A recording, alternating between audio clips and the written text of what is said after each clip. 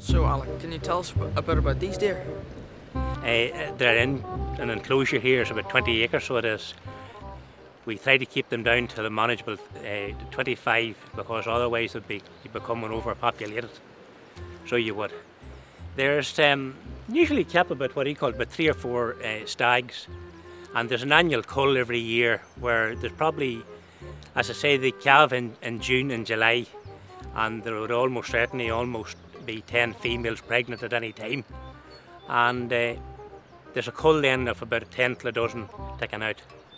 And we would feed them here in winter on a regular basis with just ordinary farm cattle dairy nuts, and we get them organic hay. They wouldn't really be that dependent on us unless it's really a hard winter. They can fend for themselves. So how did they come to be here? The Forest Service acquired them down in Mallow in Cork, and they're descendant from 1798 from Queen Elizabeth I.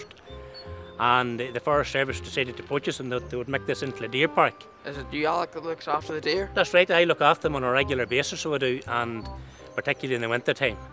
We also have to check the fences, that there's no holes in the fences, that they're protected, that they can't escape. And that also that people's required when they come through the park that they have their dogs on leads. I've noticed lots of fruit lying about.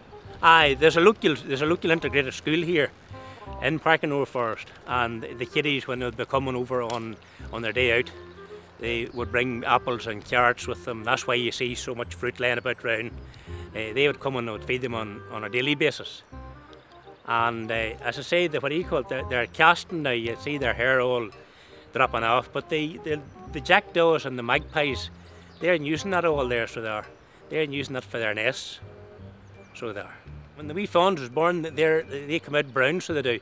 But as the season goes on, they lose their what do you call brown coat, and it turns them more whiter in the spring and summer.